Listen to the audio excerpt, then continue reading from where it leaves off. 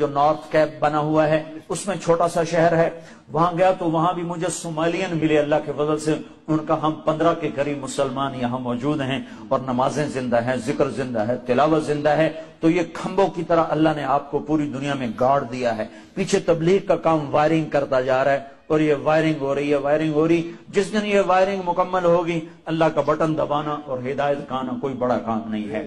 کوئی ہم سے کہے کہ ہدایت لاؤ تو یہ تو نبی نہیں لا سکتے، طارق جمیل کیا لائے گا؟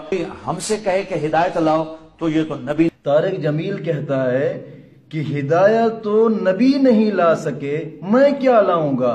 میں کہتا ہوں اگر نبی ہدایت لے کر نہیں آئے تو نبی آئے کس لیے ہے دنیا پہ؟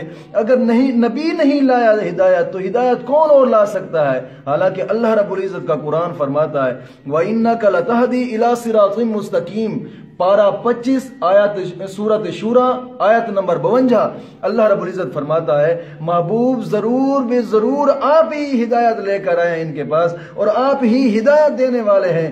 اب رب فرماتا ہے محبوب آپ ہدایت دینے والے ہیں، اور یہ کہتا ہے نبی ہدایت ہی نہیں لائے۔ اس بیوقوف کو اتنا نہیں پتا کہ رب کا فرمان اور ہے اور میں جو بکواس کر رہا ہوں یہ اور ہے۔